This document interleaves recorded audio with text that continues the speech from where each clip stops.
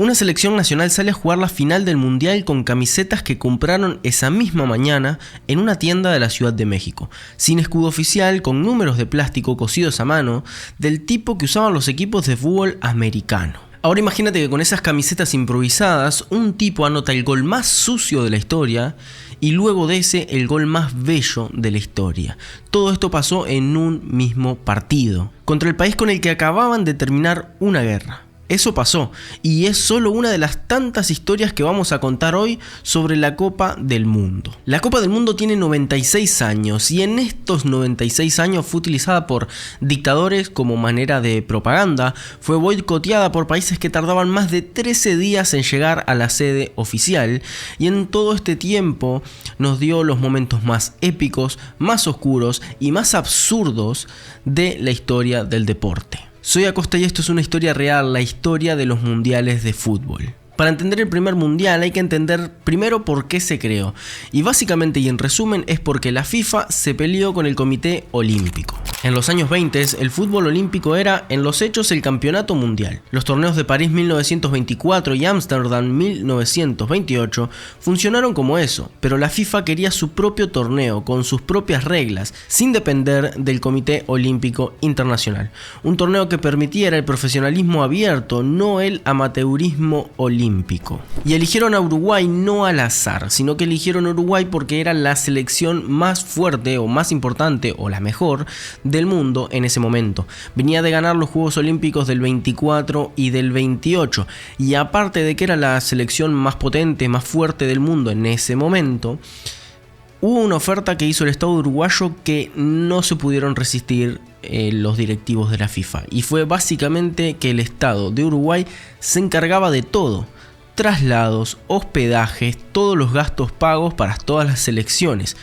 Y a su vez iban a inaugurar un estadio, iban a construir un estadio desde cero que se llama el Estadio Centenario. Es el estadio más importante hasta hoy en día de Uruguay y se inauguró como una manera de homenaje a los 100 años de la primera constitución uruguaya. El problema era llegar. En 1930 Montevideo estaba a semanas de Europa en barco. La crisis del 29 había quebrado a medio mundo y la mayoría de las federaciones europeas directamente dijeron que no.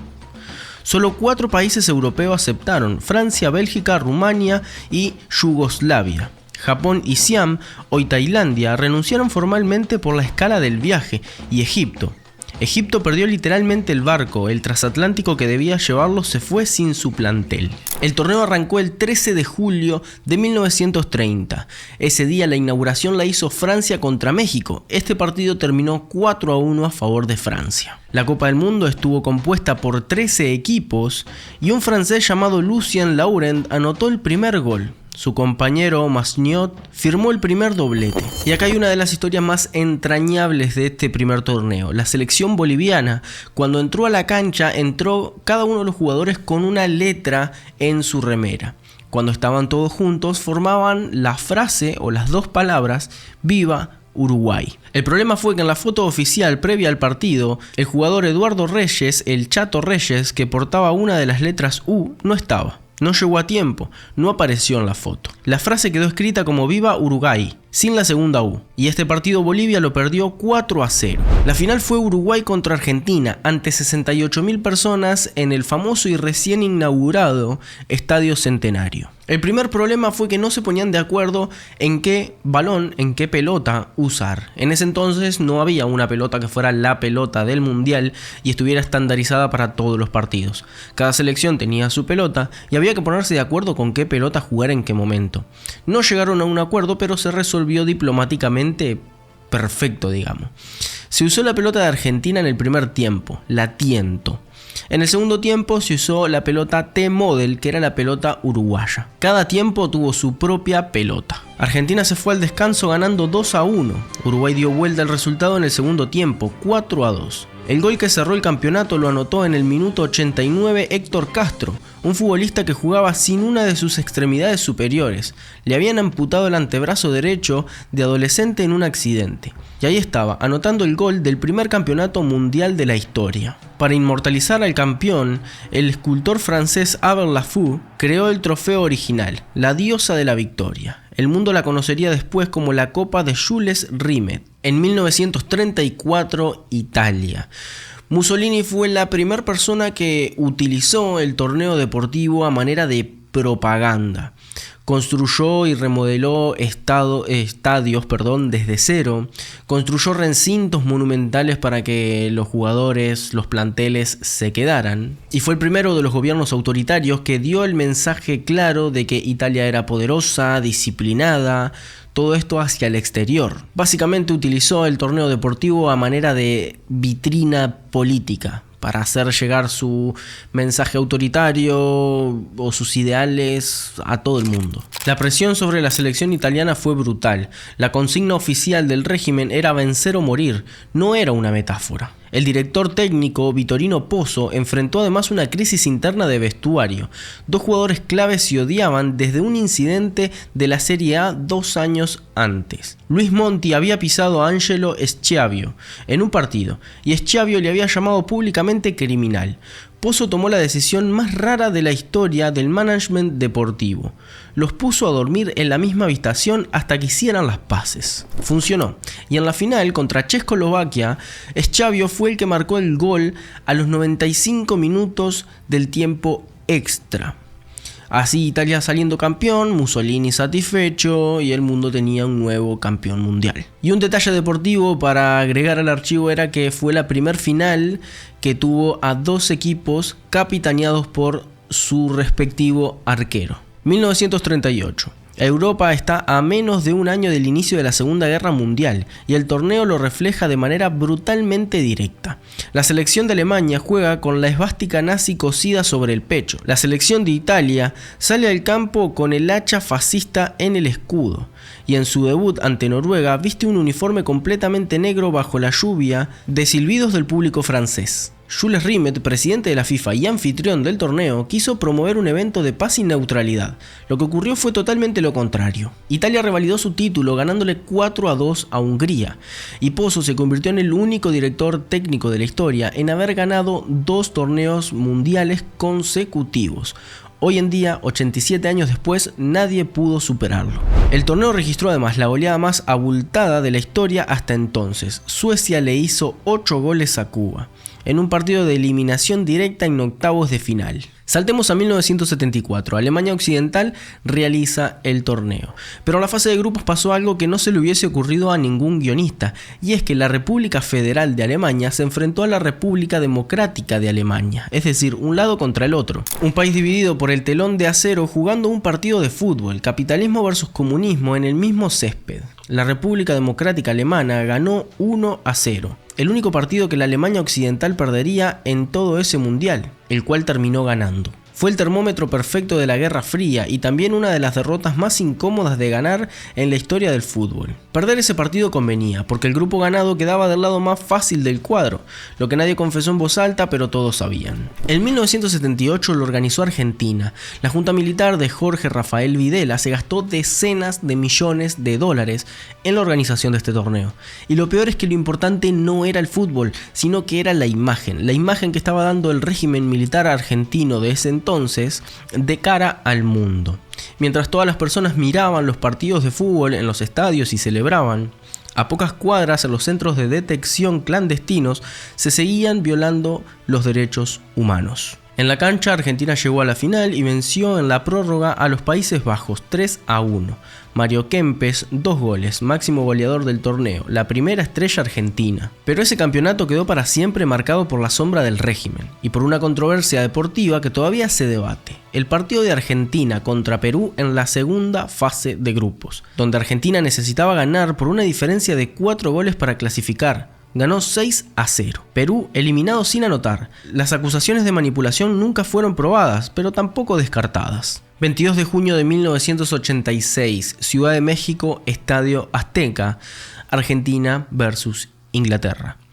En 1982, Argentina había tenido una guerra, una disputa por las Islas Malvinas contra Inglaterra.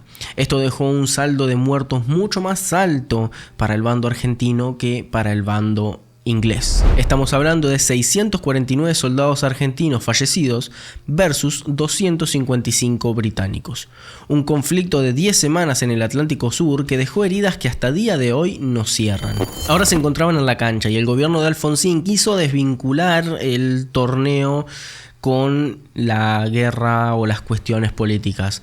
Pero otros sectores políticos de Argentina no querían hacer esto y, por un lado, pedían que la selección argentina se retirara del torneo y no jugara ese partido. Y otro gran sector pedía que la selección argentina entrara con una remera con la forma geográfica de las Malvinas en la camiseta. La tensión era insostenible y antes de hablar de los goles hay que contar cómo Argentina llegó a ese partido. En octavos de final contra Uruguay, Argentina había usado su camiseta alternativa, su camiseta suplente, que era azul de algodón, era muy pesada y sofocante para el calor que hacía en Ciudad de México y la altitud.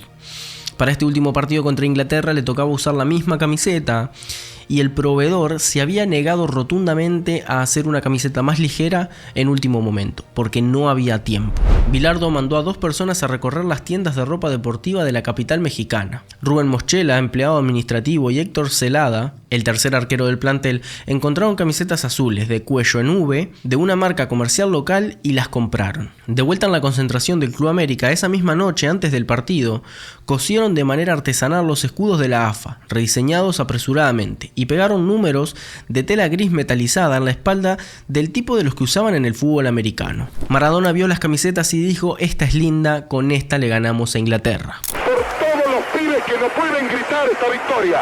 Argentina 2, Inglaterra 1. Argentina va a salir campeón, se lo dedicamos a toda la reputa madre que lo preparió. Con esa camiseta de tienda cosida a mano, Diego Armando Maradona jugó el partido más famoso de toda su vida. En el minuto 51 el partido está empatado sin goles. Maradona y el arquero Peter Shilton disputan un balón aéreo. El arquero es más alto, debería ganarlo. Maradona salta, extiende el brazo izquierdo y empuja el balón con el puño hacia la red. El árbitro tunecino no lo ve, y mientras los ingleses protestan, los argentinos festejan. Maradona sale corriendo hacia sus compañeros, mirándolos con cara de ¿festejamos o no festejamos? Y procedieron a festejar, haciendo de cuenta como que el gol había sido totalmente legal y si pasaba, pasaba. Y la respuesta ya la sabemos todos, el gol pasó. Horas después, en conferencia de prensa, Maradona dijo algo que quedó para la historia. El gol lo había anotado un poco con la cabeza y un poco con la mano de Dios. 4 minutos después, Maradona recibe el balón en su campo, a 60 metros del arco inglés. Arranca y supera a Peter Reid, supera a Peter Beardsley. Se lleva por delante a Terry Butcher, después a Terry Fenwick y finalmente a Peter Shilton, que sale del arco desesperado. 10 segundos, 60 metros, 5 defensores. El balón entra suave y casi con ternura al fondo de la red. El narrador uruguayo Víctor Hugo Morales, transmitiendo en radio, rompió a llorar en el aire y llamó a Maradona barrilete cósmico. Argentina ganó 2-1. Gary Lineker descontó para Inglaterra, pero fue tarde. En el imaginario colectivo de un país que todavía cargaba las heridas de la dictadura y la derrota en Malvinas, ese partido operó como algo más que un resultado deportivo. Fue una catarsis, una reparación simbólica que el fútbol, de alguna manera improbable, pudo dar cuando otras cosas no pudieron. Hay algo que la mayoría de gente no sabe, y es que desde 1930 a 1966 no existían los cambios de jugadores en el partido. Es decir, si tenías una lesión, si tenías un golpe en la cabeza, si te había pasado algo, tenías 2 opciones. O seguías de manera testimonial adentro de la cancha como para ocupar lugar y ver si podías ayudar en algo, o te retirabas y dejabas a tu equipo con 10 jugadores. Los cambios llegaron en México 1970, 2 por equipo, en el mismo torneo que también se introdujo la tarjeta amarilla y la roja. Sí, hasta 1970, si un jugador hacía una falta grave, lo único que podía hacerse era que el árbitro le hablara al oído, pero no había una tarjeta, no había un registro visual de nada de esto. Desde ahí el sistema fue evolucionando a 3 cambios, a 4 cambios, a 5 cambios y hasta el último, que es un cambio especial por conmoción cerebral en Qatar 2022. Hasta España 1982, si un partido de eliminatoria terminaba empatado, se tiraba una moneda. Así de simple. La moneda decidía quién pasaba de ronda. En 1982 se implementó la definición por penales. La primera vez en la historia ocurrió en la semifinal entre Alemania Occidental y Francia. un partido que muchos consideran el más dramático de la historia del torneo. Los alemanes ganaron en penales y pasaron a la final. Estados Unidos 1994 trajo dos avances súper importantes y que hoy tenemos recontra normalizados en los torneos mundiales o en el fútbol en general. El primero era que ahora ganar el partido te daba 3 puntos en fase de grupos y no 2 como antes. Esto subía mucho las chances de querer ganar el partido y de meterle más garra al partido, porque la diferencia era abismal, era el triple de diferencia entre ganar y empatar. Segundo, se le prohibió al arquero agarrar pases deliberados de sus compañeros con la mano. Antes de esto, los que iban ganando por la mínima o que querían hacer tiempo entraban el arquero se las pasaba, ellos se la volvían a pasar, el arquero la agarraba con la mano y así sucesivamente, haciendo mucho tiempo y haciendo perder el tiempo del partido. Eso se terminó ese día. En Rusia 2018 fue el torneo de fútbol donde finalmente se aceptó que los árbitros se pueden equivocar y que la tecnología puede ayudar. El VAR, el árbitro asistente de video. En la primera edición con VAR se revisaron un promedio de 7 incidentes por partido, se modificaron 14 decisiones arbitrales en el campo y se marcaron 22 penales, un récord histórico en cualquier edición del torneo. El debate sobre si el VAR mejora o arruina el juego sigue abierto, lo que nadie discute es que cambió el fútbol para siempre. Hay estadísticas en la historia del fútbol mundial que o nadie va a romper o prácticamente son imposibles de romper y que vale la pena mencionar. Empecemos con el goleador más desmedido de la historia, Jules Fontaine, un francés que en el Mundial de Suecia 1958 anotó 13 goles en un solo torneo. Anotó en todos y cada uno de los partidos que jugó su selección. Ese récord lleva 67 años en pie y nadie se ha acercado siquiera. Después tenemos a Miroslav Klose, el anterior máximo goleador de la historia del torneo, con 16 goles acumulados en 4 mundiales distintos entre 2002 y 2014. Klose superó el récord histórico de Ronaldo en la semifinal de Brasil 2014, cuando Alemania le hizo 7 goles a Brasil en su propio estadio. El partido más demencial de los últimos 50 años. Este récord acaba de ser superado por Lionel Messi, quien actualmente lleva 18 goles y contando porque el torneo mundial de 2026 todavía sigue en curso, así que tiene posibilidad de hacer más goles y extender más esta diferencia. Actualmente este récord lo tiene Lionel Messi. ¿Qué depara para el futuro? Lo más probable es que a este ritmo, si seguimos de esta manera, Kylian Mbappé supere a Messi en 1 o 2 mundiales posteriores, ya que lleva 12 goles actualmente.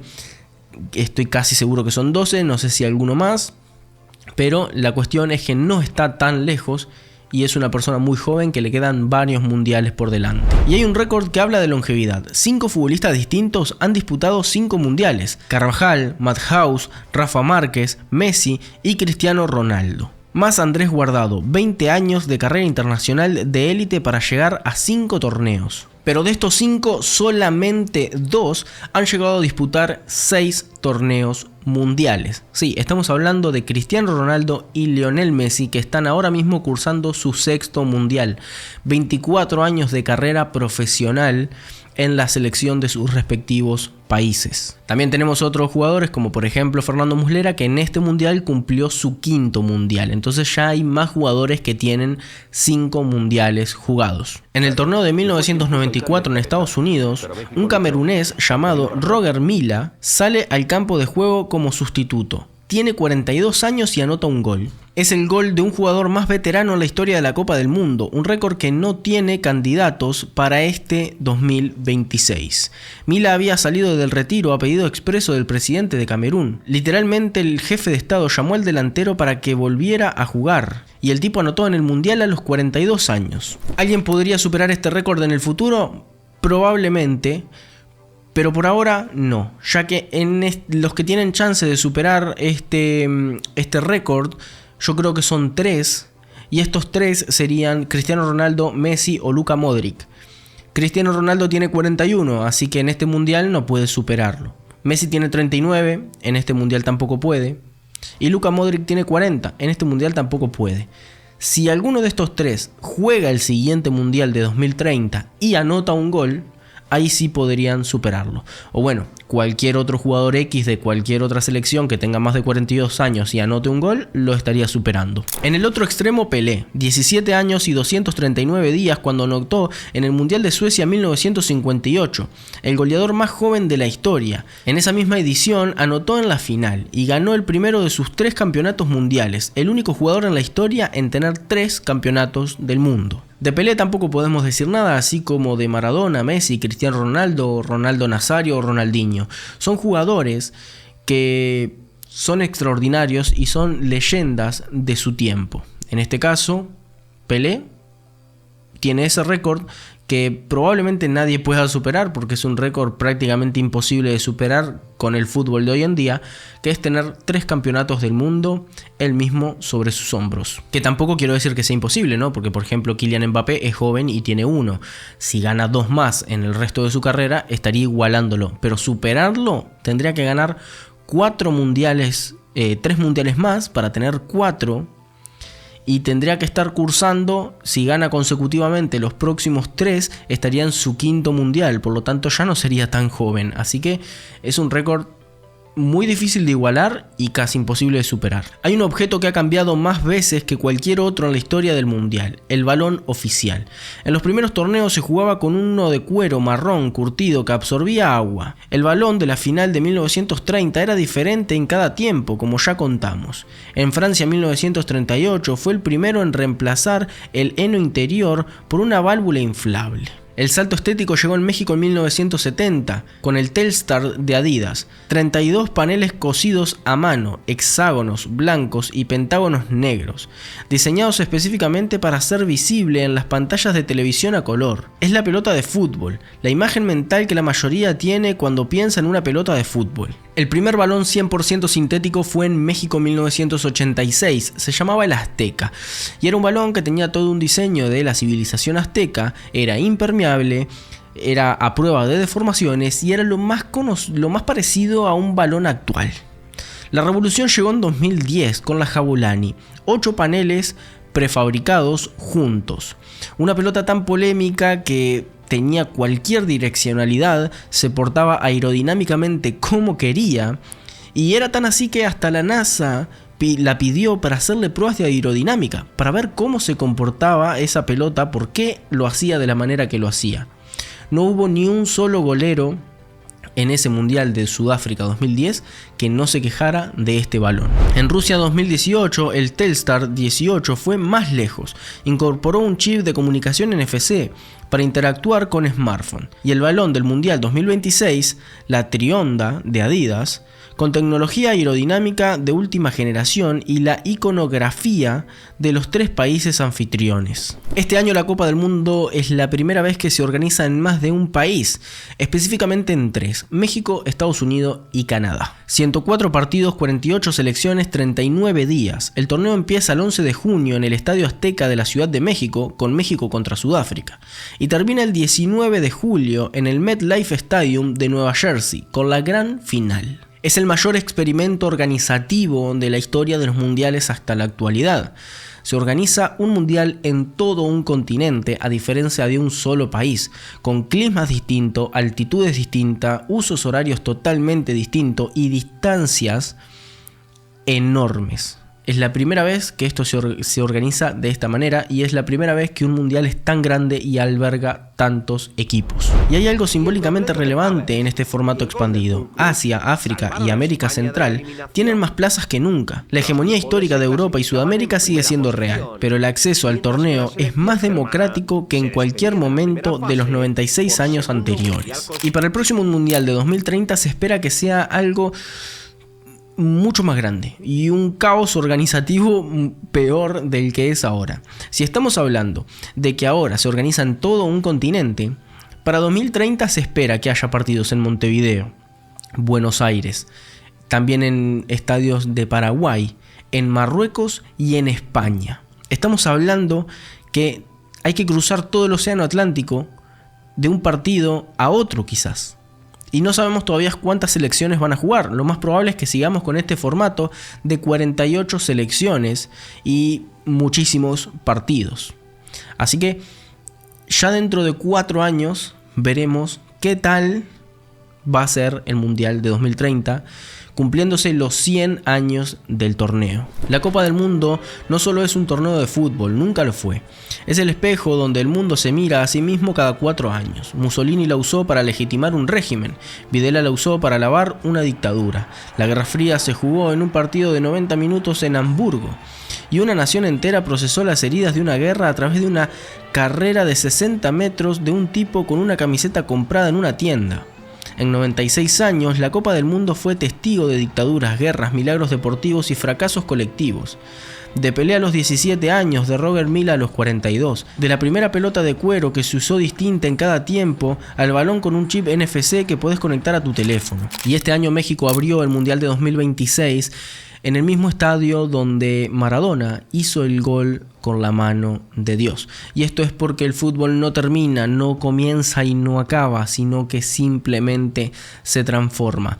Por eso también hay que traer una reflexión final muy importante y muy discutida en estos momentos, y es que últimamente no se valoran los mundiales que hayan sido ganados o hace muchísimos años, por ejemplo, como los del 30, 34 y 38 de Uruguay y Italia respectivamente, los que hayan sido ganados en dictaduras extrañas, nuevamente con Italia o con Argentina, en el que organizó la dictadura militar de Videla.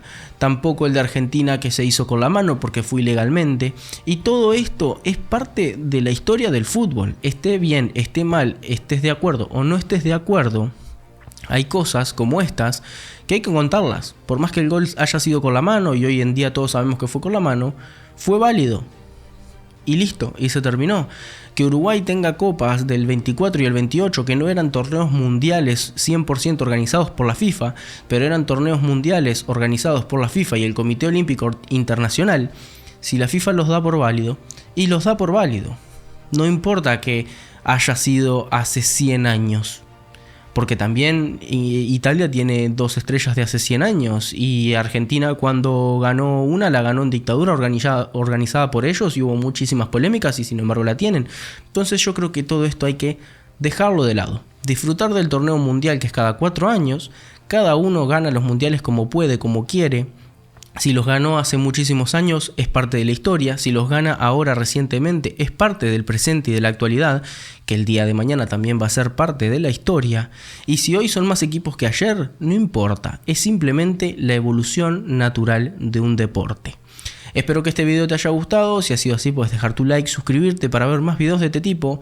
Todos los martes tenemos video largo y todos los días tenemos un short corto para que puedas disfrutar de todos los formatos de esto que hacemos en este canal. Tratamos principalmente true crime, historias como las de hoy y también temas locales de mi país, Uruguay. Nos vemos en un siguiente video.